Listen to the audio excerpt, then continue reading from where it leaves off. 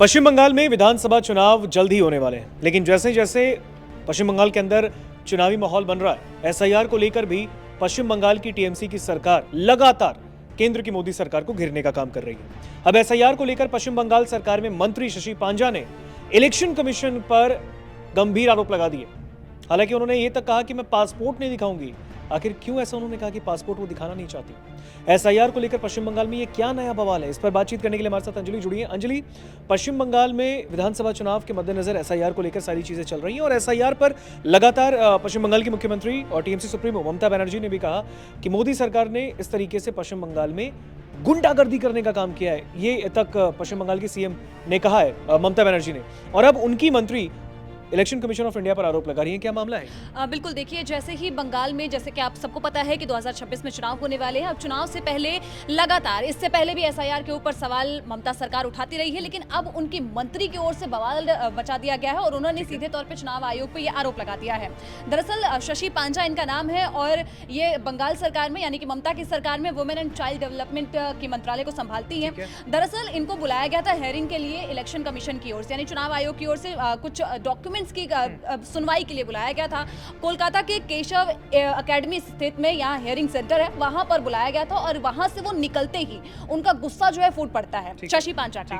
उन्होंने सीधे तौर पे यहाँ पे चुनाव आयोग की कार्यप्रणाली पे सवाल उठा दिया और दो टूक में ये कह दिया कि अपना पासपोर्ट वो कतई नहीं दिखाएंगी और यही उनका विरोध दर्ज कराने का जो तरीका है ऐसा ही रहेगा। उन्होंने साफ तौर पे ये कहा है कि वो बिल्कुल नहीं दिखाएंगी।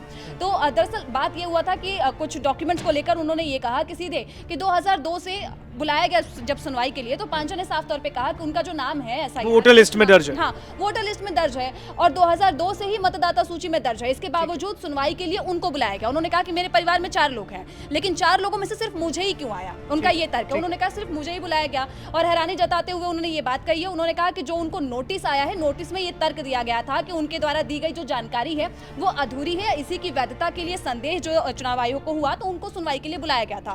तो जब सुनवाई के लिए उनको बुलाया गया तो यहाँ पर आरोप लगाते हुए जो शशि पांजा है वो ये कह रही है कि जो व्यक्ति 3 बार का निर्वाचक विधायक हो और वर्षों से मतदान कर रहा हो, उसकी नागरिकता या पहचान पर संदेह करना आयोग की मंशा को साफ तौर पे दिखाता है और उनके मंशा पे सवाल खड़े करता है। उन्होंने साफ तौर पे कहा कि वो अपने उच्च जो शिक्षा वाले सर्टिफिकेट्स हैं उसको वो साझा कर देंगे, लेकिन वो पासपोर्ट जो है, उन्होंने सीधा कहा है कि हालांकि अगर देखा जाए अंजलि, तो क्या किस तरीके के दस्तावेजों की मांग उनसे की गई?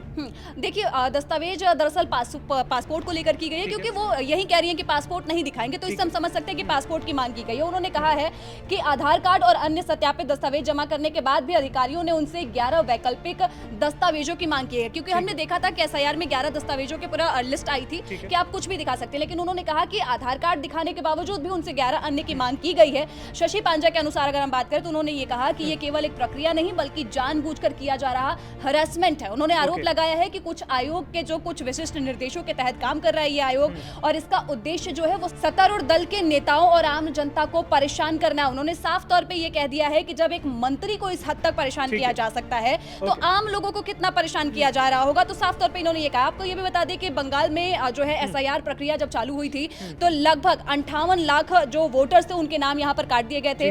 ऋतिक और मृत वोटर जो है, यहाँ पे पूरी लिस्ट दी गई थी कि मृत वोटर जो है वो 24,16,852 है। लापता जो थे 12,20,038 थे और ट्रांसफर मतलब यानी कि उनको जो वहां से अब चले गए थे कहीं और, उनको उनकी जो संख्या यहाँ पर जारी की गई थी कि 19,88,076 है। वही डुप्लीकेट नामों की जो संख्या आई थी वो 1,38,328 आई थी और बाकी किसी अन्य कारण से अगर काटे गए हैं तो वो 57,000 के। क्या आप हमें अंजलि कुछ चर्चित विधानसभा क्षेत्रों में से भी हमें बता सकते हैं जहां से कुछ लोगों के नाम कटे हों? हाँ, बिल्कुल। अगर चर्चित की अगर हम बात करते हैं, हालांकि अभी तो शशि पांजा ने जिस तरीके से आरोप लगाया है तो पहले भी ममता सरकार लगाती रही है, लेकिन चर्चित की बात करते हैं तो भवानीपुर में यहाँ पे सबसे ज्यादा नाम कटे थे। बंगाल की अगर हम बात करते हैं तो 44,787 और नंदीग्राम में 10,599, चौरंगी में 74,553 नाम काटे गए थे और जोड़ा सांको में 72,400 नाम काटे गए थे। तो कोलकाता पोर्ट की अगर बात करें तो यहाँ पे भी 63,730 के आसपास के नाम काटे गए थे। बिल्कुल, देखिए जिस तरीके से अभी अंजलि ने बताया कि एसआईआर को लेकर देखिए किस तरीके से टीएमसी वर्सेस